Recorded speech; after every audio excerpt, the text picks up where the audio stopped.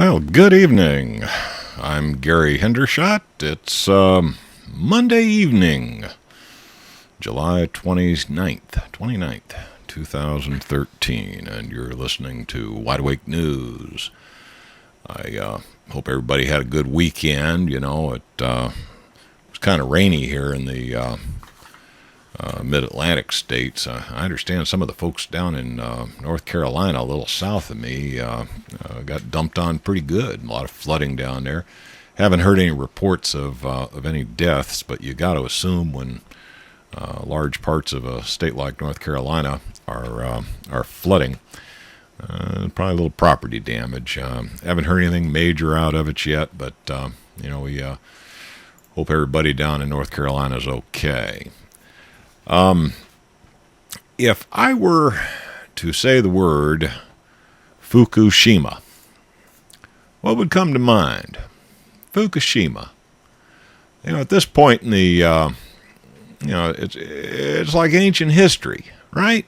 I mean, Fukushima, that's, way over other side of the ocean. It's ancient history. It's all cleaned up all over with, right? Right? I mean, we got no reason to be concerned about Fukushima anymore, right? Well, let's see. This article was on Russia Today. Just came out over the weekend. Water samples taken at an underground passage below the Fukushima Daiichi nuclear power plant contain alarming levels of radiation, which are comparable to those taken immediately after the catastrophe. Now, for those of you who don't remember,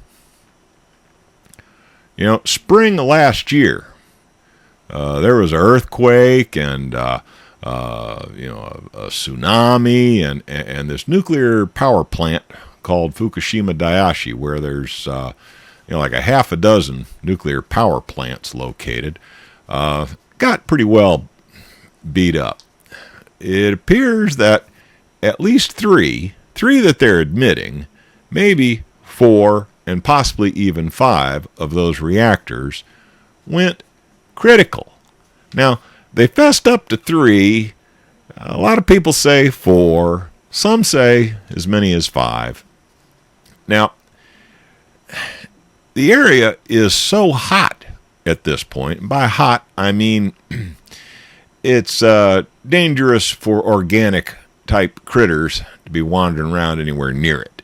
So nobody's been able to get close enough to that thing to really see what the actually, okay, I just had somebody correct me. Yes, you're right. It was 2 years ago. It's been 2 years now. Bottom line is, nobody can get close enough to that thing even today to really see what's going on or really evaluate the damage within the reactor vessel itself. Many assume that the nuclear fuel has quite literally melted into a molten liquid mass that many refer to as corium, that it has managed to burn its way through the steel reactor vessel and quite literally burn its way through the concrete floor of the containment building and maybe halfway to China by now. Nobody seems to really know for sure. The current investigation started back in May when specialists registered a 17-fold hike in radiation levels compared to December of 2012. Now, you would think that over time, Mother Nature would take care of this mess, and you would kind of hope that radiation levels would be heading down after all this time. But no, all of a sudden in May, they registered a 17-fold hike in radiation levels just compared to December of 2012. In July, scientists found high tritium levels, 20% higher than just 2 months before. Cesium levels were up by 22% from the previous day. The legal limit of 90 becquerels. A becquerel is a measure of how much radiation is contained in a given volume. This is 90 becquerels per liter is their legal limit, was exceeded by around 22,000 becquerels.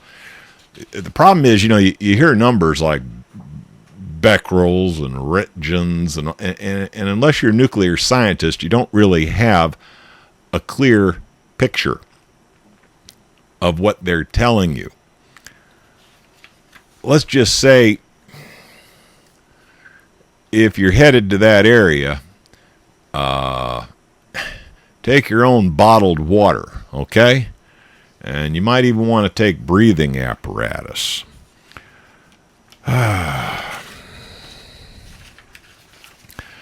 Now, a new report has come out. Let's see here.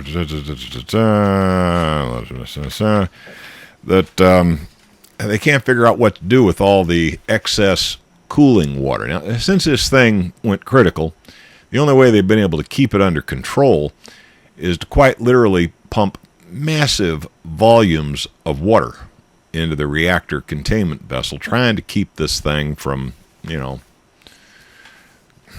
doing whatever it would do. What do you do with all that water? Obviously, that water has come in contact directly with what's left of the nuclear core. This water will glow in the dark. What do you do with it all? Well, TEPCO, the people who manage the facility, they've come up with a solution. They're just going to pump it into the ocean. To be honest with you, it's going to wind up in the ocean anyway.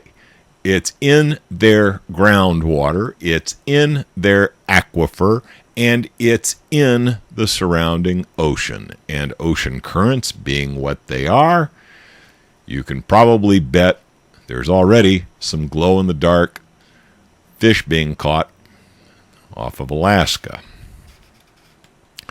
Now, there's also some kind of scary video that just recently came out of Fukushima that would lead us to believe that there is an ongoing fire in at least one of the reactors. Now, if you're watching this on JTV, you can see over my shoulder I've got a little video clip here. It's a black and white security camera. Frankly, it's not a real clear image, and I've zoomed in on it to try and give people, but smack dab in the middle of this image, you can see a glow coming off of one of the buildings that is apparently an ongoing fire still at Fukushima. So, moral of the story, if you thought that Fukushima thing was all ancient history and that you could go on about your business forgetting all about it, because, you ain't hearing nothing about it on ABC or CBS, right? That's over with. That's ancient history. That happened back in the days when dinosaurs roamed the earth. Guess again. This is an ongoing catastrophe that may continue to be an issue for your grandchildren. And yes, we've got 20-some-odd plants of the same aged design operating right here in the United States, some of which are on known active fault lines. We in the United States should be looking at Fukushima thinking, boy, there, but for the grace of God, go we. Because I'll tell you what, we are on borrowed time. Any minor earthquake, we could be glowing in the dark too. Stand by, please, while we have our first break of the evening. We will be back right after these important commercial announcements. Alrighty, we're back from our first break of the evening. Now, I want all you listeners out there to please do show those advertisers a little bit of love. Without those advertisers, we would not be able to afford to put on this broadcast. All right, we talked a little bit about Fukushima. You know, there was another energy-related disaster not too long ago that was a little closer to home. Remember something called Deepwater Horizon? Does that ring any bells? You know, it seems like a history lesson tonight, you know. But sometime back, you know, they were drilling a super deep well out in the middle of the Gulf of Mexico. Apparently went a little bit too deep or drilled into something that was a little too unstable, whatever. But had a major catastrophe on the drilling rig. Managed to kill 11 people. Lord only knows what the environmental damage was after the major oil spill. It's more like an oil flood that they had in the Gulf of Mexico. You know, huge areas of the Gulf Coast were covered with a gooey mix of a solvent called Corexit, plus whatever came out of the ground, and of course, you know, there's no telling how much methane gas was pumped into the atmosphere. Needless to say, it was a horrible disaster. There has been no accounting for the losses to people who lived in that area. A lot of them have reported all sorts of strange illnesses, skin afflictions, hair falling out, teeth getting loose. I mean, the range of miscellaneous medical conditions that have all of a sudden popped up in that area. And you got to understand, you know, these are a lot of these are Cajun folk. These are country people. They're hard-living type of folk. They ain't the kind that whine and complain, you know. They're very self-sufficient, very decent, hard-working people who are very much in tune with the land. I don't think these are the kind of folks that would be whining about a splinter, okay? I mean, you got to knock these guys in the back of the head with a 2x4 just to get their attention. So if they're complaining, you got to bet it's bad. Now, there's been a lot of finger pointing over this thing. You know, a lot of people, you know, focus on BP because technically they owned the lease to drill at that location. So everybody's pointing the finger at BP, saying BP is the bad guy in this. You know, we just need to, you know, kick BP's butt. But, you know, BP didn't own the rig, and BP was not really in charge of the operation. There's another outfit that was in charge of the actual drilling operation. These were the guys who provide the chemical mix called mud that they pump down inside the wellhead, trying to keep the pressure under control. Little outfit called Halliburton. Does that name ring any bells out there? The name Halliburton. Dick Cheney. Halliburton. Is that ringing any bells? Halliburton, the oil field services contractor, agreed to plead guilty to destroying evidence related to its complicity in causing the 2010 Deepwater Horizon disaster, which killed 11 workers and spilled nearly 5 million barrels of oil into the Gulf of Mexico. Some say it was billions of barrels. Nobody really knows. The company was charged with one misdemeanor, destruction of evidence, and fined $200,000. And one of its subsidiaries is going to be put on 3 years probation. That fine amounted to less than 0.1% of Halliburton's $679 million in profits in the second quarter of this year, just in the second quarter of this year. Can you say, slap on the hand? Can you say, go sit in the corner for 5 minutes, Johnny, and put the dunce hat on, and after that you can go out to recess? Nah, I mean, surely they were truly punished for what was probably one of the worst oil drilling disasters in history. But that's ancient history, right? It's all over with now. Well, maybe not. This is a picture of the Hercules 265 rig. Gulf of Mexico oil rig partially collapsed off the coast of Louisiana after catching fire because of a ruptured natural gas well. The blaze broke out about 10 p.m. local time on Monday of last week. A Coast Guard spokesman in New Orleans said Thursday that sediment and sand had flowed into the well and the flow of the gas had stopped. Okay, well, apparently what happened is, the sediments managed to seal off the well, or this could have been every bit as much of a disaster as Deepwater Horizon. And we continue to pursue oil in the Gulf of Mexico. All right, folks, we've hit the point for our second commercial break. Please do stand by. We'll be right back after these important commercial announcements.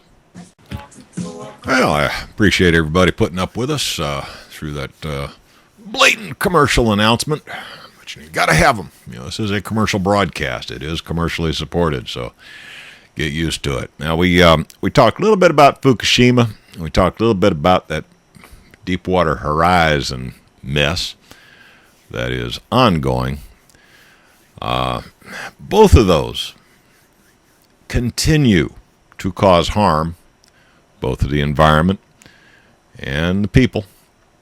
I'm not yet convinced that my area, 1,000 miles, more than 1,000 miles from the Gulf of Mexico. I live up in Northern Virginia, quite a ways away.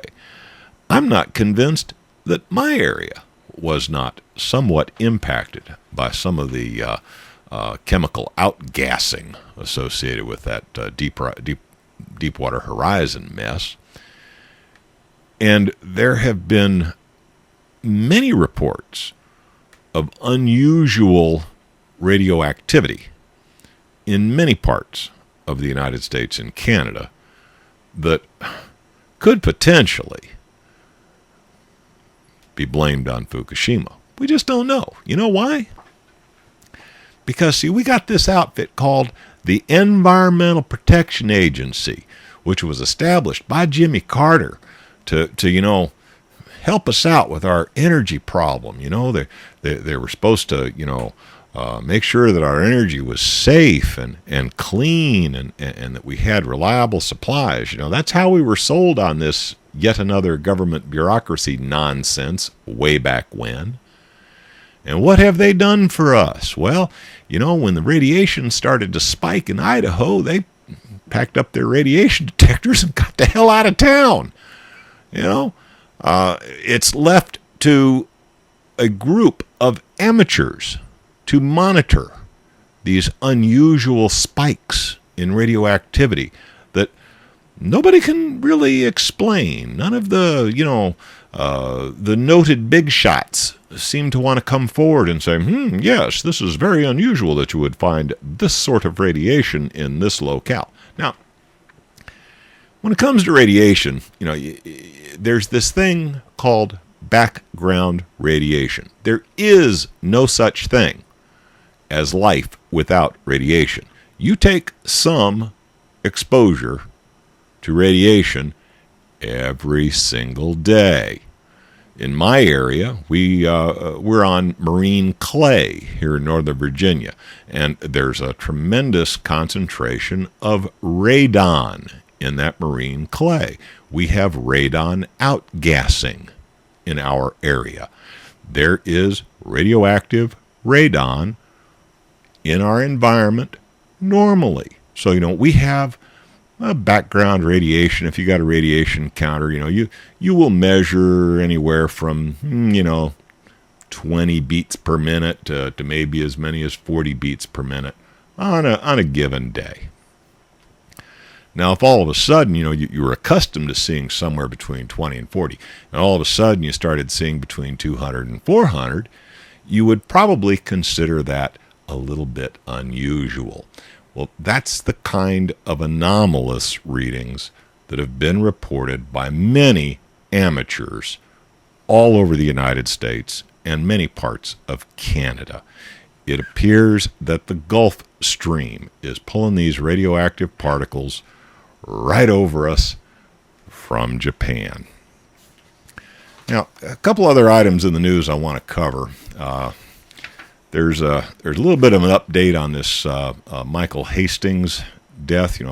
For those of you who don't remember, Michael Hastings was the investigative reporter who died mysteriously in an automobile accident not too long ago. Now, there is some new closed-circuit video of whatever happened to this fella. And a lot of people who've seen this video are swearing up and down that they can tell in this video that there was an explosion before the crash. Well, I'm no expert. I've looked at the video and I've tried to see what these guys are talking about. And I got to tell you, I'm not 100% convinced. Now, do I really think that this guy was murdered? I think there's a pretty good chance. Is this video that I'm showing over my shoulder here for those who are watching this on Justin TV or YouTube, I'm not so sure. I'm not so sure that I see the smoking gun here. Obviously, I would love for it to be definitive, but I'd have to turn something like this over to the experts and let the experts tell me, because with my untrained eye looking at it, I'm just really not sure.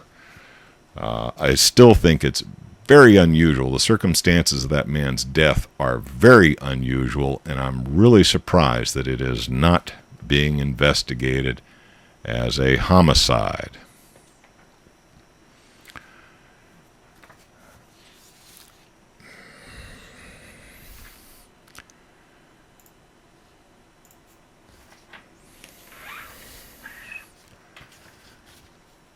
I think just about everybody here in the United States at this point is probably aware that the economy's been a little sour of late. Does that come as, news to anybody?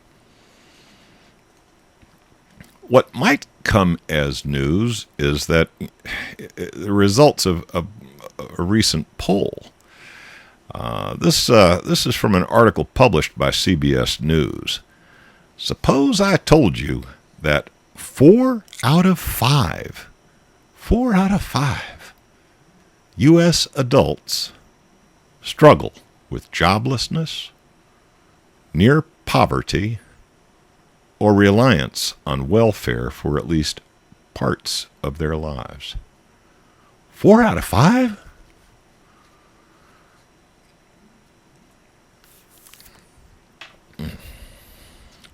Apparently, this survey was conducted by the Associated Press, and it points to an increasingly globalized U.S. economy, the widening gap between rich and poor, and the loss of good-paying manufacturing jobs. Duh, you think?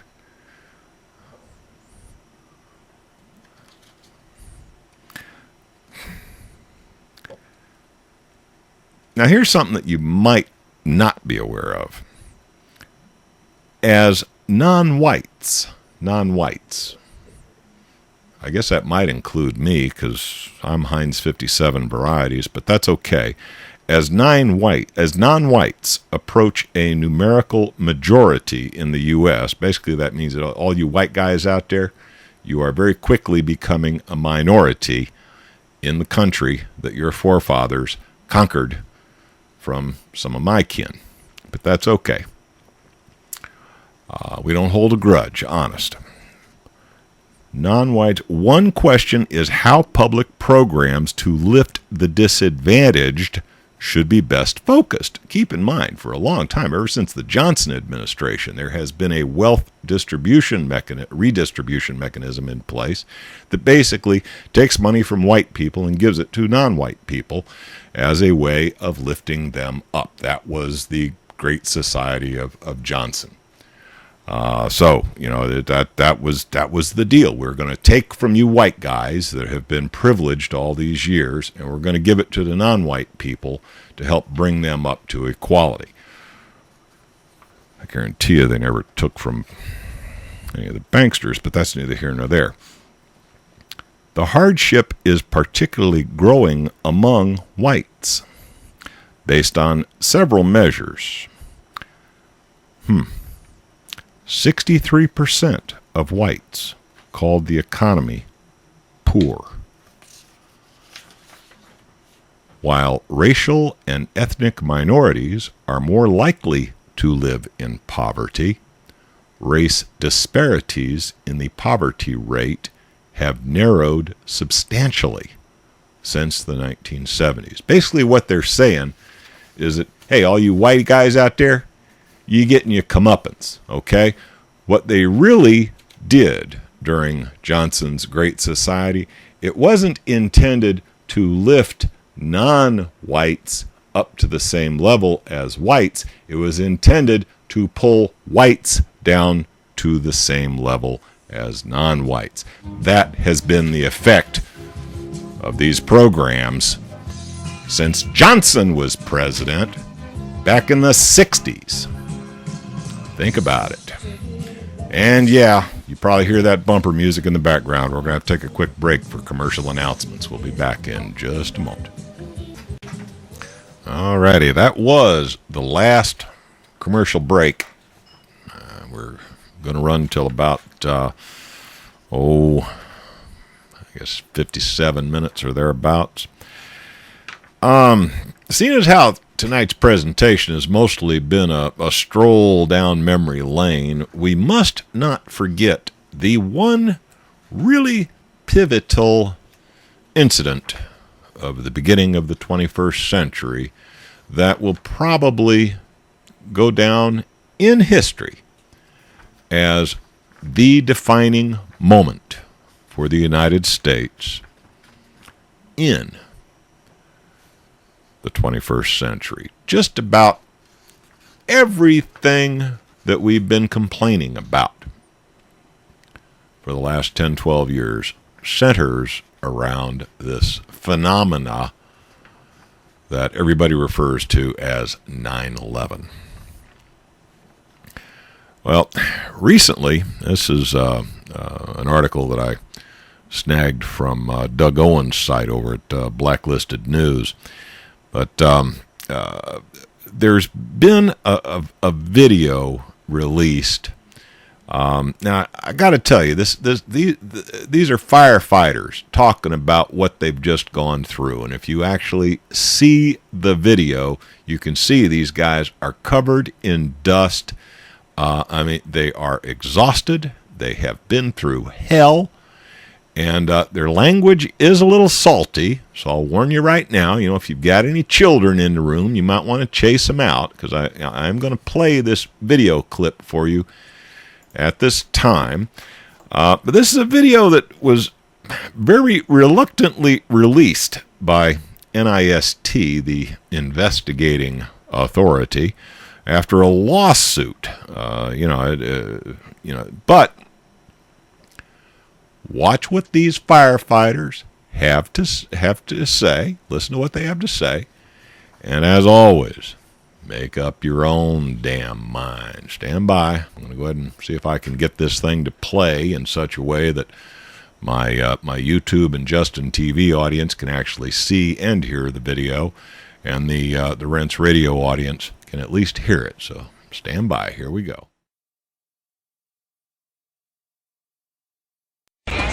What happened? We was in an explosion. We was in the lobby and the third explosion, the whole lobby collapsed on us. What was it like?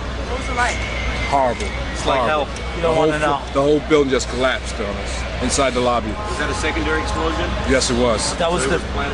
Yeah, definitely secondary explosion. Because we was inside waiting to go upstairs. And on the way upstairs, the whole fucking plane blew. And we just collapsed on everybody inside the lobby. Similar to the first tower coming down, secondary? I don't know about the first one, but I know the second one, it was terrible. Then there was a third one, too, after that one.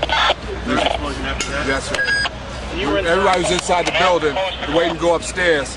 And they just let loose. Everything just let loose inside the building. So what you told me is that there was a plane or whatever hit the building, then a secondary explosion. It was like 3 explosions after that. We came in after the fire. We came when the fire was going on already. We was in the staging area inside the building, waiting to go upstairs. When they exploded. The whole lobby collapsed on the lobby inside. This mayhem after that? Just man, everybody tried to work their way out. A couple of the brothers get out. A lot of people trapped inside and everything. We watched the first explosion. As we're watching the building, so a black, very large airplane fly right into the second building. It came out of the south, right in front of our eyes. Just, it was so surreal, like a movie set. Second and third explosions also, right? We were in the building for the third one. It collapsed. On this drive here for the other one. People don't understand. There may be more. Any one of these fucking buildings could blow up. This ain't done yet. This is on top of this. It couldn't be no worse than this. Could be nothing no more. You're in the building trying to help people and it's exploding on the inside the building. I don't think it can get any worse than this.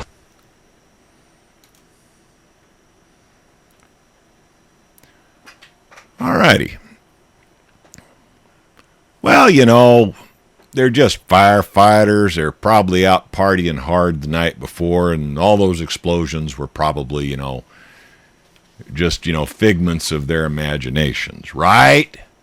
Because, government tells us that a whole bunch of Arabs hijacked a couple airplanes and flew these airplanes into these buildings, and that the jet fuel that came out of these airplanes was enough to melt these buildings and cause them to collapse. And, of course, nobody's really ever even considered what happened with World Trade Center 7. But, that was just, an unrelated coincidence. And the reports of these firefighters that they heard secondary explosions, as in the plane hits the building, okay? There's a fire way, way up there. You walk into the lobby and you're trying to get up the stairs to try to rescue people that are up in the zone that's on fire, and the lobby of the building blows up on you.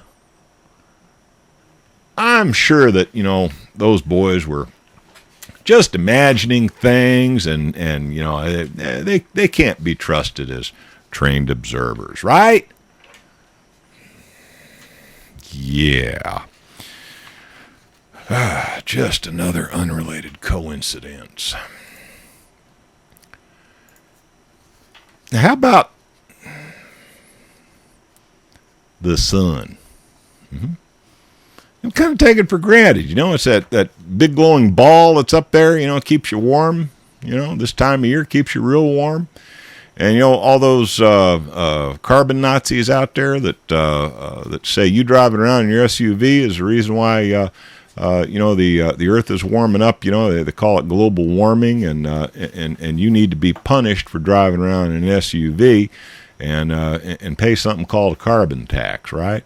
But the weather on the Earth has always gotten warmer, gotten colder, gotten warmer, gotten colder, because the main influence on our weather system is that big glowing ball up in the sky that you see every morning. It's called the sun. It is our local star. All energy that we use originates with the sun. The sun goes through cycles, some of which we've started to get smart enough to map. over the last couple hundred years since we've really been looking at it. You know, there was a time when folks thought the sun was a burning ember of coal. If you asked any of the physicists during that period of time, they would say, oh yeah, that's what the sun is. It is a burning ember of coal. More recently, it has been explained as a fusion furnace. It is fusing hydrogen into helium, and that is what generates the heat that bathes the earth. More recently, new theories are starting to be tossed around and considered. But that's okay. You know, maybe one of these days we'll actually understand what makes the sun burn.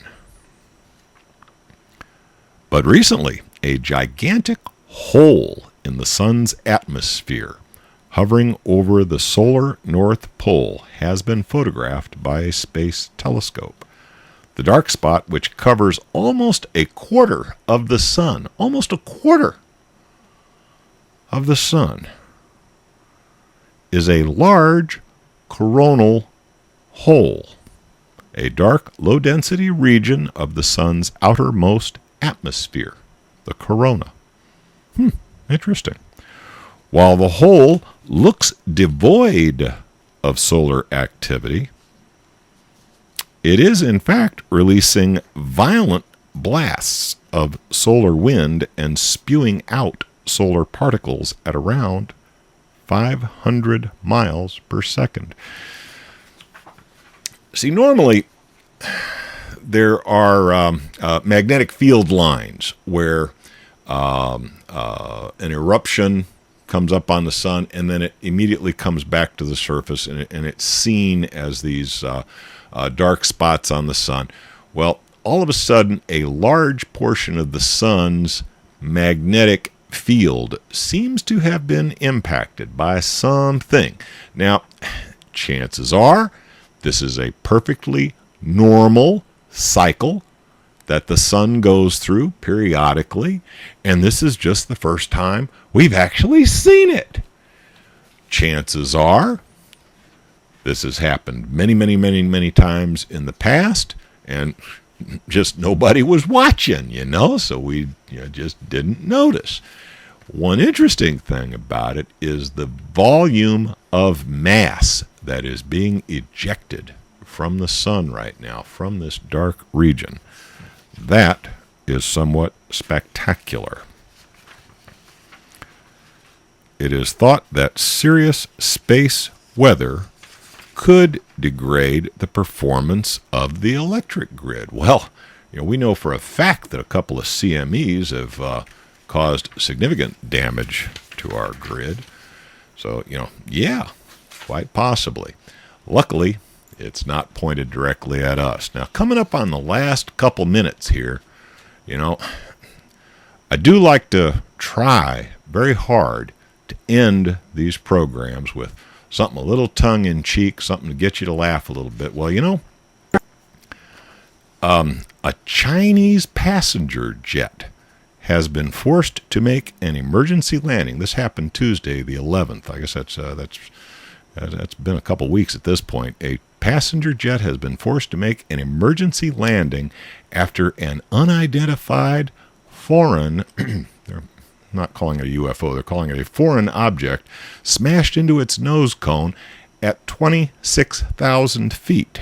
A large dent and scraped paintwork was visible on the Air China Boeing 757 after it landed safely at Chengdu Airport, I think. I probably really messed up that name, having been forced to turn back after the pilot said he was struggling to control the plane. They're saying one of their airplanes got whacked by a UFO. Tell that to your insurance company. Let's see if they buy off on it. Anyway, thank you so much for spending your time watching my broadcast tonight, and hope you'll stay tuned for Jeff Rentz. He's coming up right after these next commercial announcements. You take care, folks. We'll see you next Monday.